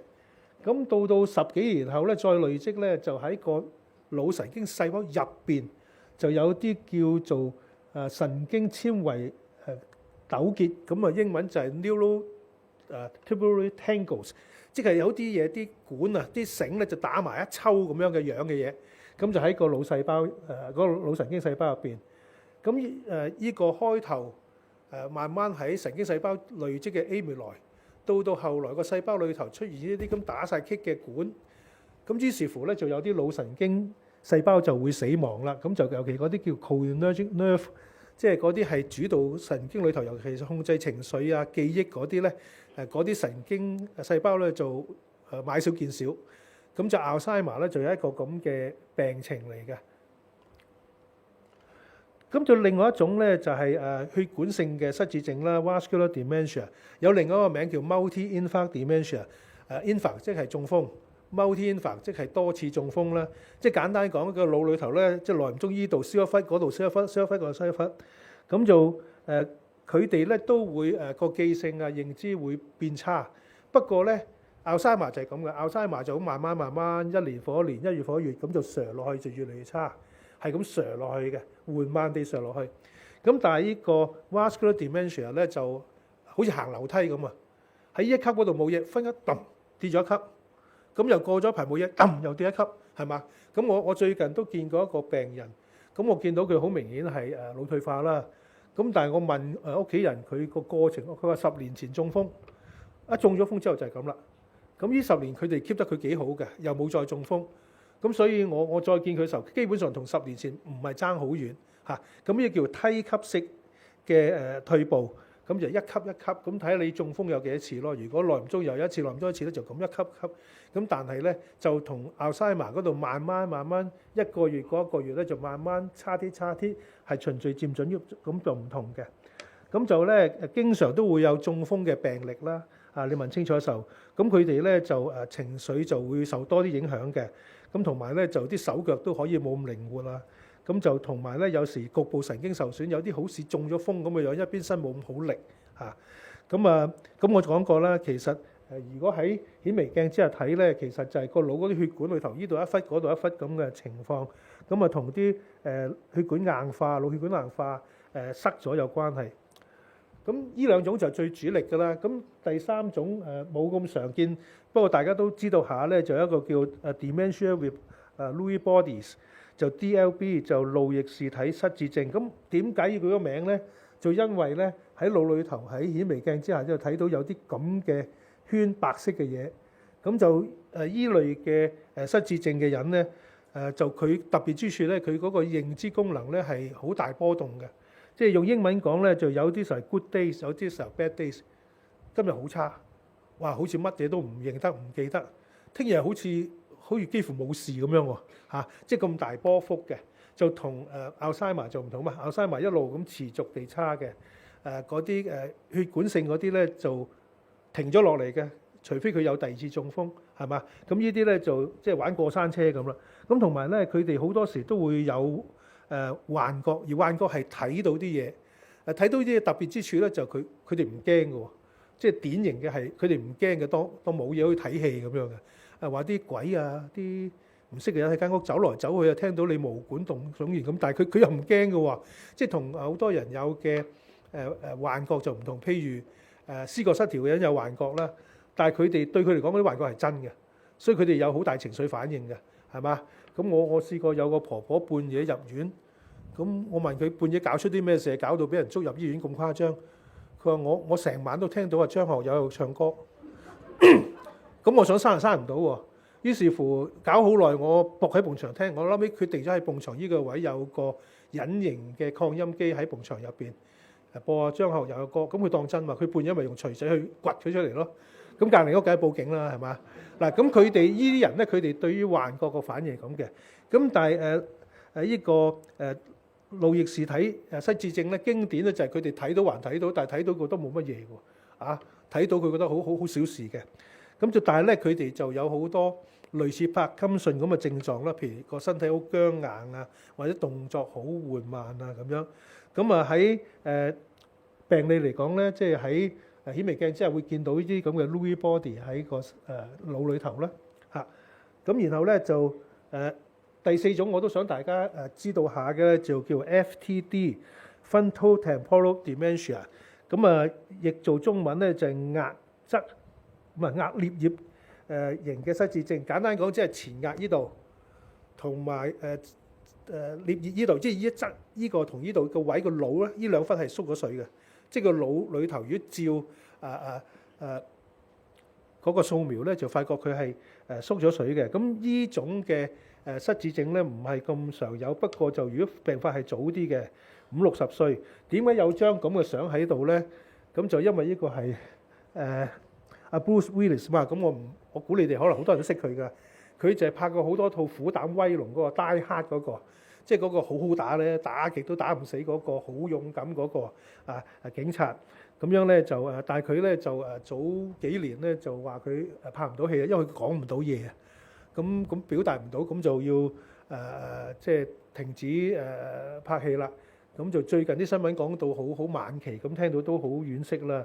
咁就依類嘅咁嘅失智症咧，就個腦依啲咁嘅位咧就係唔知點解提早退化。咁有兩種嘅，一種咧就係喺行為上高，主要就係性格改變啦，冇咗自己嘅控制能力啦，缺乏同理心，即係變到好似好殘忍、好自私啊，好唔理人啊。咁同埋咧喺社交上咧，有時做埋啲核突突嘅唔恰當嘅行為啊。咁又或者另一類咧就係講嘢啦，咁就基本上講唔到嘢，而講唔到嘢唔係講唔到咁簡單，係理解唔到啊，即係佢根本個腦聽唔明你講乜，亦都表達唔到佢想講嘅嘢，咁呢個係好凄涼嘅嚇。咁就嗱，呢四種咧，Alzheimer、Vascular、Lewy body 同埋呢個 FTD，就係呢四種嘅腦退化症咧，即係大家要知道下啫。咁但係其實最緊要知就識Alzheimer啫，因為佢係6-7成咁嘅情況。咁而嗰個血管型嗰個咧，就其實你同處理中風差唔多啦，都係同一個病理嚟嘅嚇。咁所以咧嗱，咁如果到我哋真係有個咁嘅病人嚟睇我哋啦，醫生會點做咧？醫生就梗係啦，第一就要斷症啦，到底係定唔係腦退化？咁跟住就有幾嚴重？有啲咩影響，同埋有啲咩危險啊？嚇，即係喺臨床處理上高咧，咁知道，譬如佢會蕩失路嘅嚇，但佢又仲可以行得走得喎，佢嘅身體仲可以喎，去到街嘅喎嚇，咁呢啲就係要關注嘅嘢啦。咁另外啦，就我哋臨床雖然我哋唔可以劏開人嘅腦嚟到去睇下係咩事，咁我哋由佢個臨床表現咧，就估佢係邊一種。咁呢個表咧就幫我哋去做嘅，咁大家就唔使特登話要記住。咁但係咧都可以有啲參考，譬如Alzheimer 咧，即係阿茲海默咧，就係好明顯就係個表現就係冇記性啦。咁但係其他嗰啲咧，就譬如好似嗰個 FTD frontotemporal 嗰個咧，就佢其實去到好後期先至會記性唔好嘅。之前咧係冇乜問題嘅。咁就幻覺最多嗰個就係Lewy body 啦，腦翼視體嗰個啦。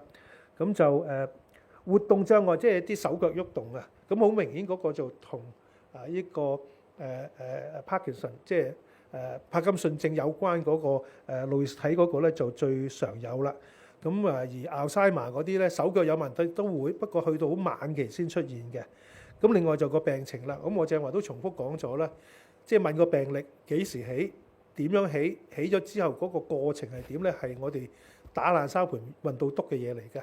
咁如果係慢慢嚟，唔知幾時開始，慢慢做割下就越嚟越割，一路咁就每況愈下，一路咁瀡落嚟嘅咧，咁就應該即係 Alzheimer 居多啦。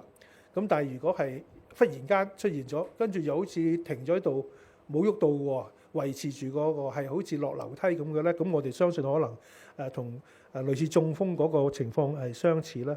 咁另外嗰兩種就係其實就好難估嘅，總之佢一路越嚟越差啦嚇。好啦，咁於是乎我哋處理咧，就因為係Alzheimer最多啊嘛，亦都係我哋最關注嘅。咁我哋講下點處理啦。嗱，咁要點處理嘅時候咧，首先就要搞清楚其實可以點做啫，即係有啲乜嘢可做，要問我哋自己。咁因為咧到目前為止去到今日，我陣會講下最新嘅治療俾大家聽啦。咁其實都係暫時嚟講咧，係冇話根治嘅一個病，咁係一個退化病。係慢性嘅，咁所以個目標咧一定要搞啱嘅，就包括咧，其實我哋係減慢嗰啲認知功能嘅退化。我哋咧如果有嗰啲叫 BPSD 嗰啲情緒啊嗰啲麻煩嘢咧，就要去點樣改善，咁啊盡可能維持佢哋日常功能同埋生活嘅質素啊。咁甚至咧要諗定下一步啦，即係佢遲啲會再差啲啊嘛。咁有冇啲乜嘢？甚至我陣會講嘅立遺囑嗰啲都係要處理嘅嘢嚟㗎，係嘛？咁另外咧就係另外一樣好緊要，我哋要做嘅咧就係減輕照顧者嘅負擔，係嘛？因為講得難聽啲，病嗰個可能唔係最辛苦嗰個嚟啊。佢知啲唔知啲，記得同唔記得之間，係嘛？有時記完之後過轉頭佢又唔記得咗咯。邊個最上心咧？就係照顧嗰個人，錫佢嗰個人咯，係嘛？咁所以其實我睇症都係㗎。嚟到覆診咁。同個病者有嘢講，不過講唔到好多嘅，因為佢都冇能力同你講好多好深入嘢，反為同個照顧者可能要幫佢打氣啦，俾啲實際嘅建議佢啦，或者有啲難題要一齊要諗去解決啦，係嘛？諗到係咪真係要送去院舍咧？係嘛？咁我自己親身都經歷過呢樣嘢嘅。當年我阿嫲後來卒之我哋冇得揀啊，就被逼要送佢去老人院。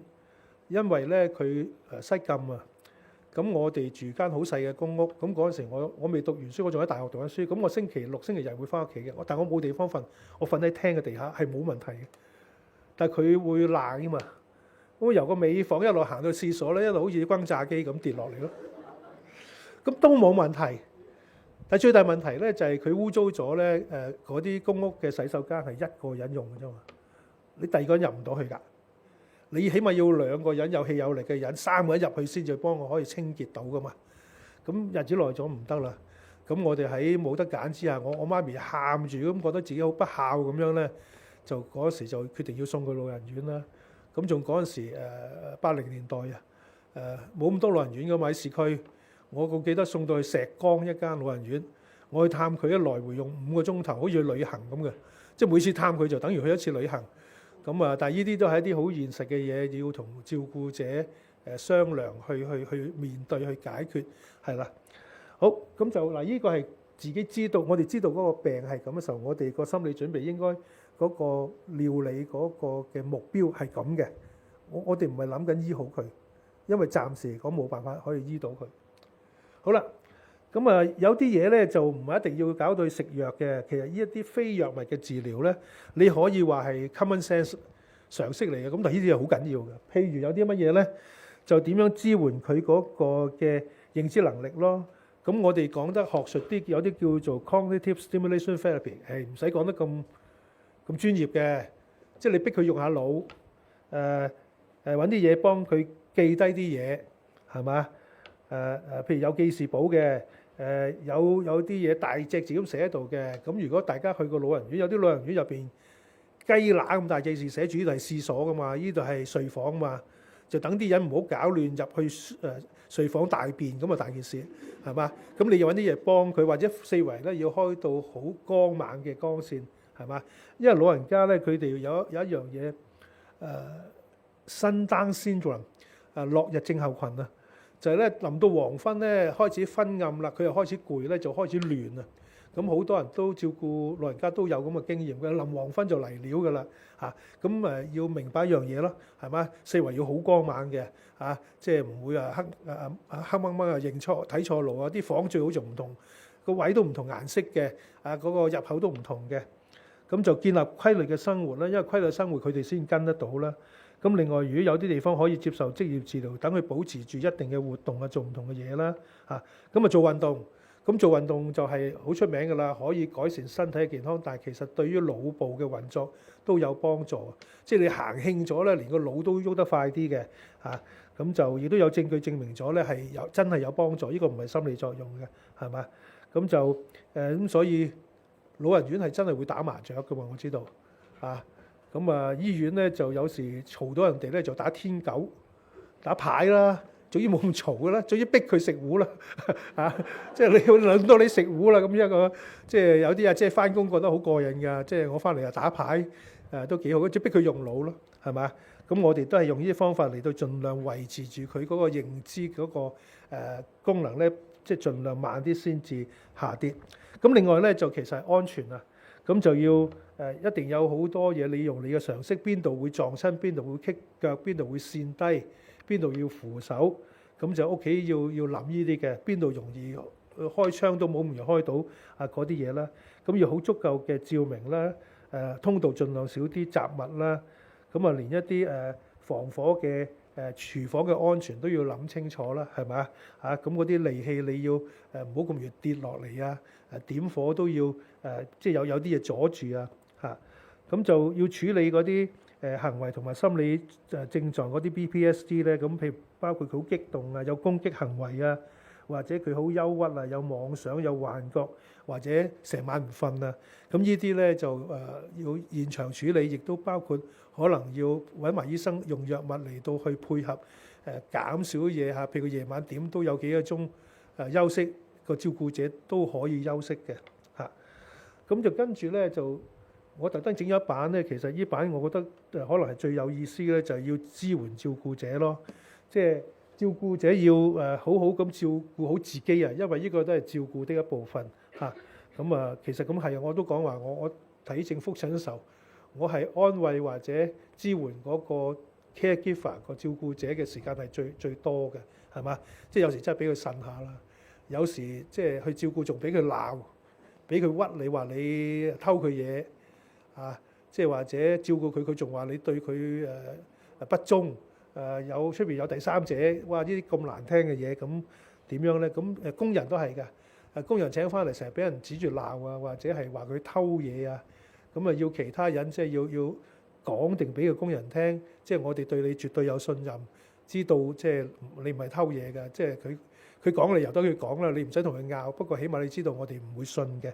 咁呢啲係咁另外咧就係有個內功心法，我形容咧就係照顧嗰啲失智症嘅人咧，最緊要就記住，佢唔係唔想，佢係唔得。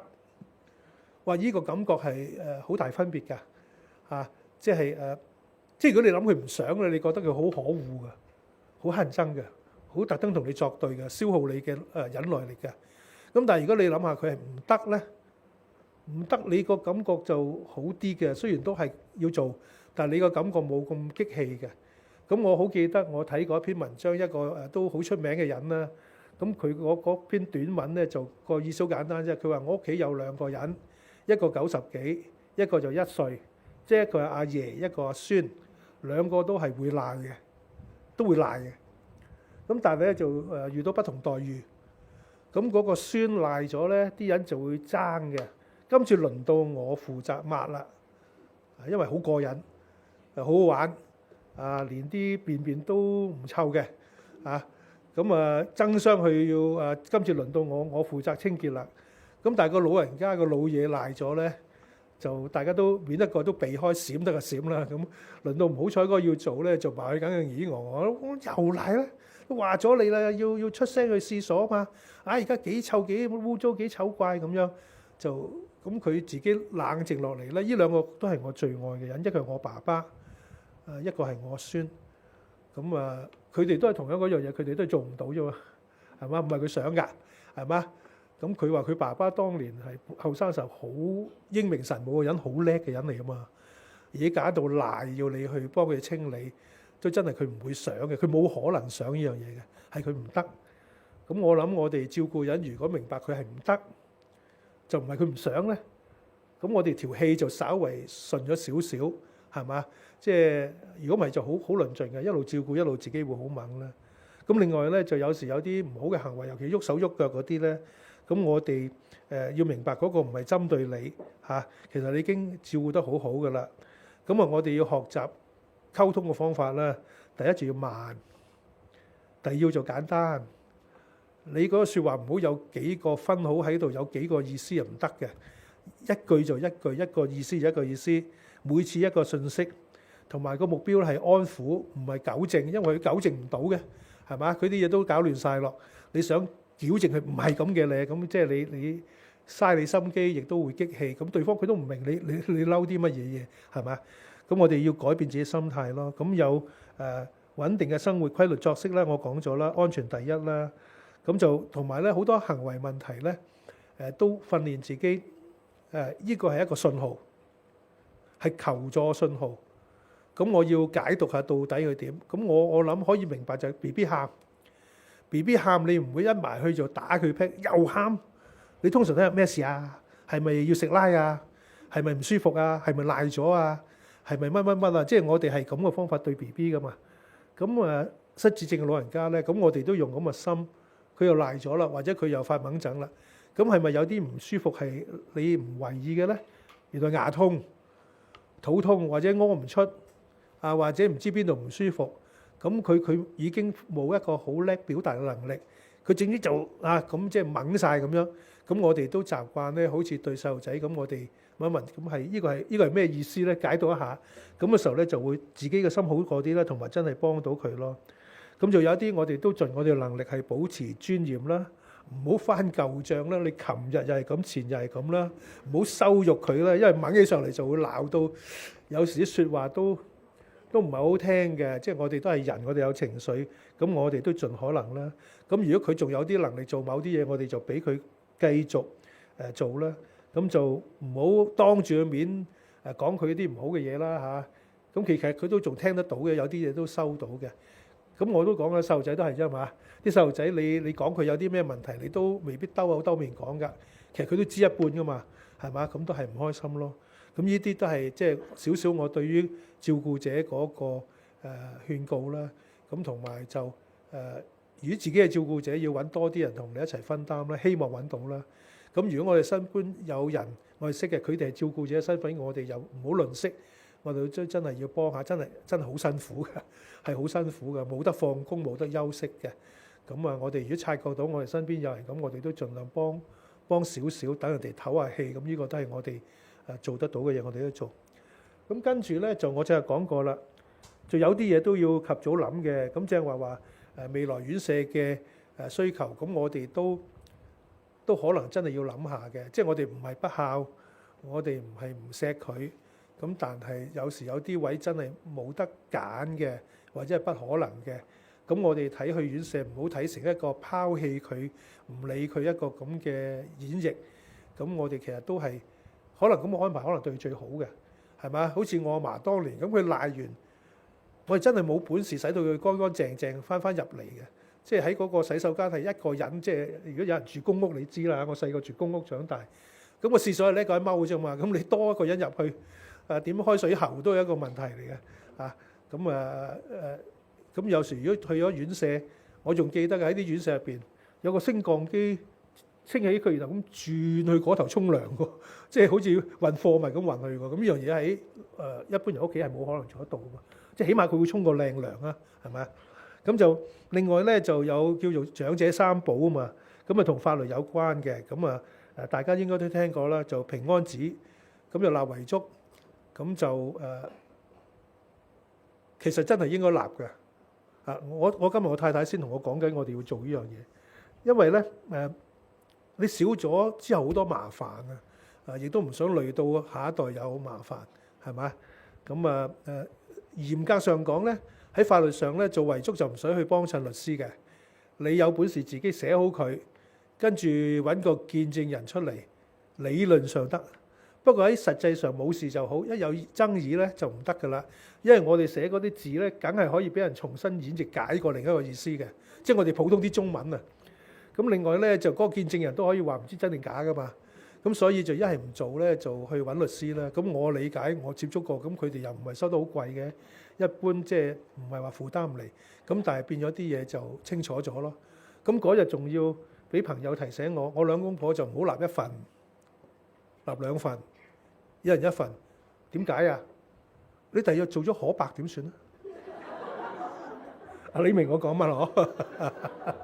即係一個走先，另一個做咗阿可伯嘅翻版。咁跟住嗰人可以攞晒啲遺產去噶嘛？咁嗰個係結咗正式結婚嘅人嚟噶嘛？咁嗰啲嘢老咗真係唔知噶嘛？咁你一係唔好做啦，唔該你即係每人做一份，老公老婆一份，咁就可以將來好多麻煩減低。因為立咗都仲可以有問題㗎。我早幾個月上去高等法院，就因為有人打官司，就因為嗰份遺囑咧係我見證嘅，專業地見證。咁而家佢要話嗰份佢當時精神唔妥當，所以亂講嘢。咁搞到上去高等法院嗰度，法官要查問我，即係當時係點嘅。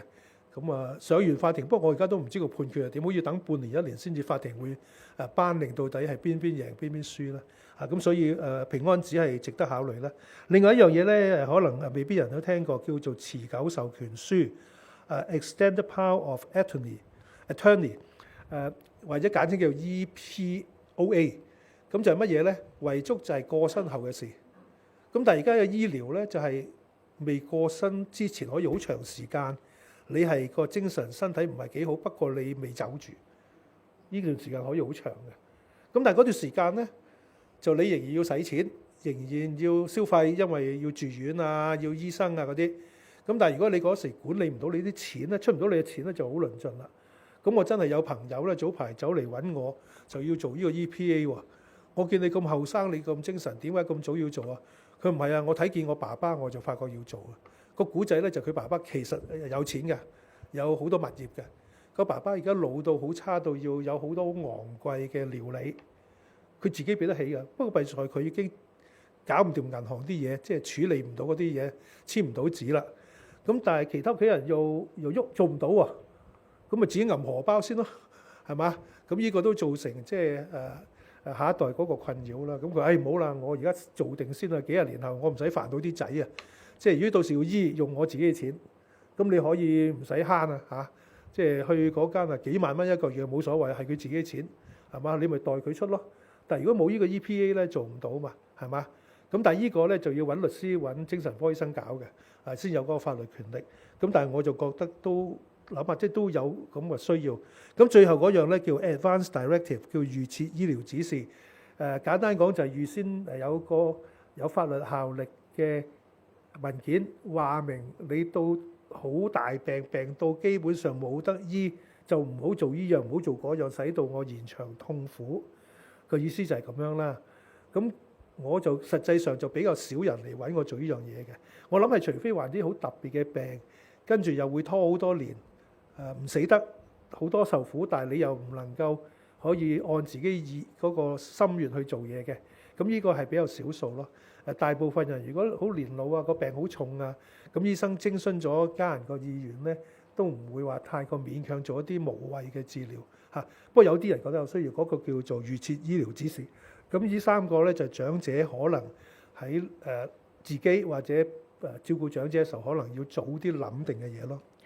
好啦，咁啊入到最緊要嗰度，咁阿爾茨海默點醫啦？嗬，咁阿爾茨海默咧就係咁因為我講過啦，有啲amyloid plaque， 有啲 neural fibrillary tangles， 總之啲物質就塞到嗰啲神經線死咗少咗，咁跟住咧就腦裏頭好多用 acetylcholine 呢個物質嚟到傳導物質嘅神經線都冇咗啦。咁所以醫學上咧幾十年來咧就會用一啲叫做acetylcholine esterase inhibitor 咁長嘅名嘅嘢咧，就使到個腦裏頭嗰啲 acetylcholine 咧呢個物質多翻啲。咁於是乎咧，就喺早以中期嘅腦退化咧，就都可以使佢減慢咗嗰個速度。咁有幾隻藥好容易大家都會見口數一數面嘅，譬如我呢度有提過嘅 Aricept 啊、Exelon 啊、Remaline 啊，呢啲都係我哋會常用啦。或者下低有隻叫做 Memantine 嘅藥，咁基本上咧都係將嗰個退步減慢咗，但係唔係根治嘅。咁但係又真係比以前好喎。譬如我幾十年前入行嘅時候咧，啲退化症嘅老人家咧，我唔係見好耐嘅，好快就即係已經惡化到都已經最後啦。咁但係而家用咗呢啲藥咧，就都有好多人，如果療得好咧，都可以好多年嘅。我最深印象就我若干年前我喺醫管局退休啦。咁我就同我1000個病人就 say goodbye， 因為我嗰時我睇緊1000個，咁中間有一橛咧都係呢啲問題嘅病人嚟嘅。咁我就 say goodbye 嘅時候，我就同佢檢討下啦。你幾時開始睇我？跟住點？又試過有啲乜嘢驚險位？到而家都平平安安。我唔覺都過咗咁多年啦，係嘛？咁我都有一個好深嘅印象就原來真係呢啲藥咧都可以將嗰個減慢嗰個速度退化速度減慢咗啲。咁而嗰一段咧係真係有意義嘅日子多啲嘅。咁就呢啲藥係可以做到嘅。但係當然我再強調咧，呢個並不是根治啦。咁就跟住咧，就其實呢幾年咧仲有啲嘢發生喎。就係咧，其實過呢幾年咧係有啲突破嘅，即係醫學上對阿爾茨海默嗰個斷症同埋咧係治療咧係有突破嘅。咁就甚至我喺網上見到有幾間大醫院咧都有啲咁嘅資訊喺度㗎。不過一般人係應該睇唔明嘅。咁就於是乎咧，我就揾到篇文章喎。咁呢文章咧就係一個我哋香港都成日會用嘅醫學期刊。就有10幾20個香港頂尖嘅專家，即係同呢方面有關。咁其中有幾個係我前同事嚟嘅。咁佢哋咧就做咗一份共識。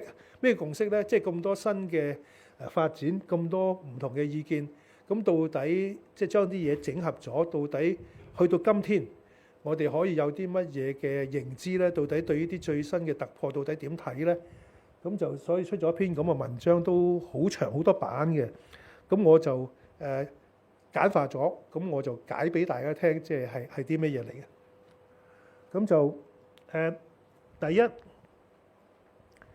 就係以前咧係除非劏開個腦，如果唔係咧，我哋冇一啲好絕對嘅方法知道一個人係唔係阿爾茨海默嘅。咁就憑臨床嘅表現嚟到去判斷咯。咁但係而家咧有一啲新嘅叫 biomarker 一啲指數。可以間接咧反映咗佢係唔係阿爾茨海默。咁其中有一樣咧叫 plasma p-tau217，你唔使理個名啦。總之呢一個咁嘅化學物質咧，就發覺咧喺血嘅啫，即係抽血驗就我所知就唔係天價嘅，即係可能1-2千嗰啲嘅水位咧就做到咧，就可以有90%機會確定你係唔係阿爾茨海默。咁對於喺斷症上有時搞極都唔知係定唔係咧，咁係一個突破嚟嘅。即係有一個即係唔會入侵性，即係唔會抽脊髓啊，或者要打開個腦嗰啲咁得人驚嘅嘢，而可以咧有90%機會準確地斷症。因為要斷咗症後邊，如果有一啲治療係有風險嘅，係好貴嘅，咁你先決定到噶嘛。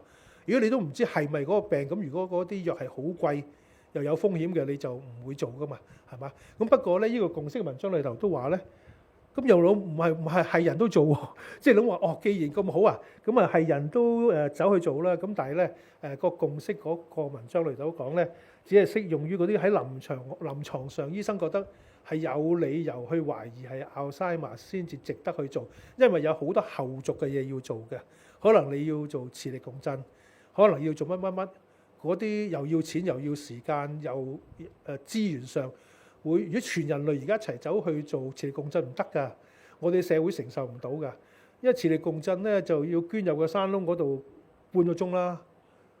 咁一間醫院咪1-2副機器，咁如果一日開16個鐘頭，嗰架機唔停16個鐘頭，咁都係做咗30幾個啫喎。如果我全人類一齊走去做，咁成個醫療體系會癱瘓嘅喎。咁所以咧就淨係喺嗰啲有臨床需要醫生判斷覺得值得咧，然後先走去做呢個驗血。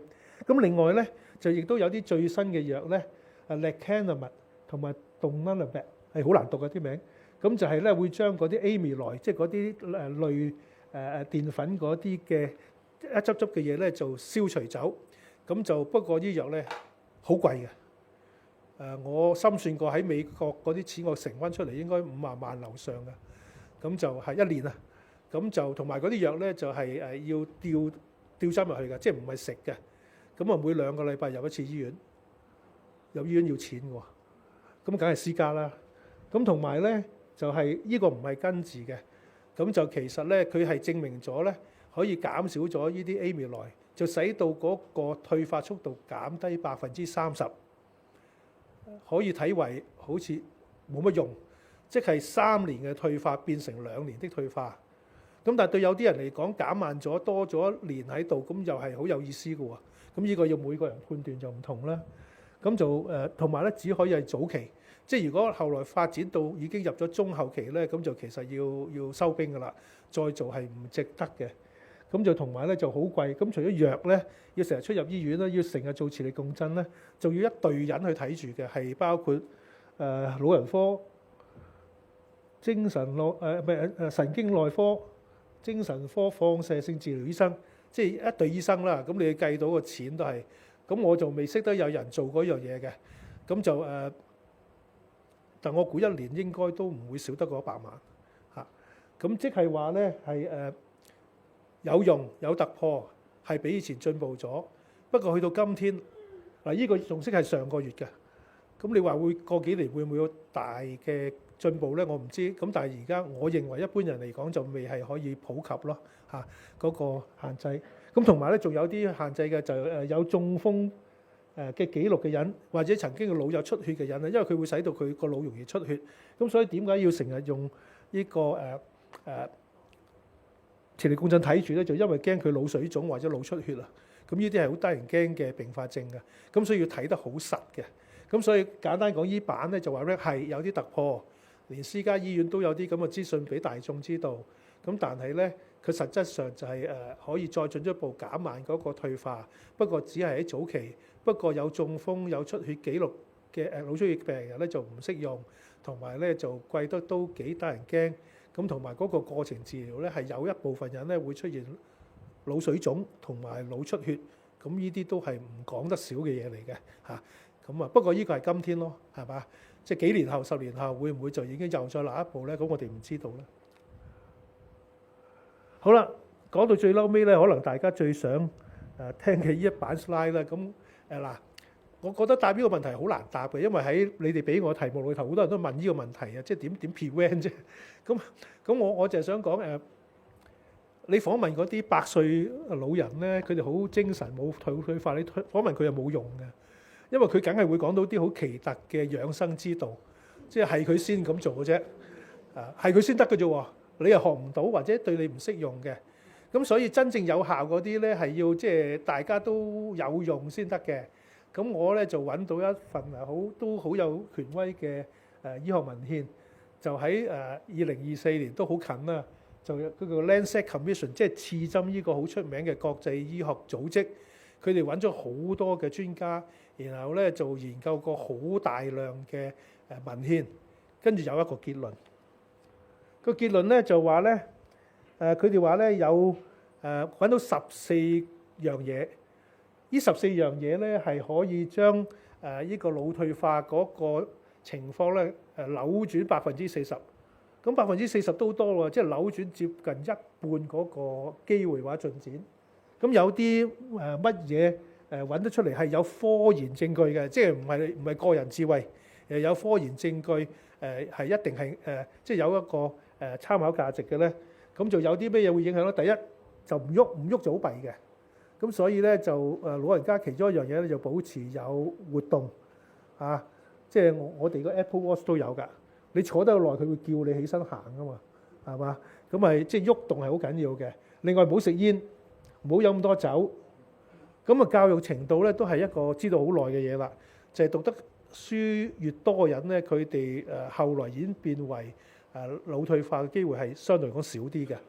咁但係有啲唔係我哋揀㗎嘛，當年咁讀幾多書，咁唔係我哋決定嘅，係嗰個時代決定嘅。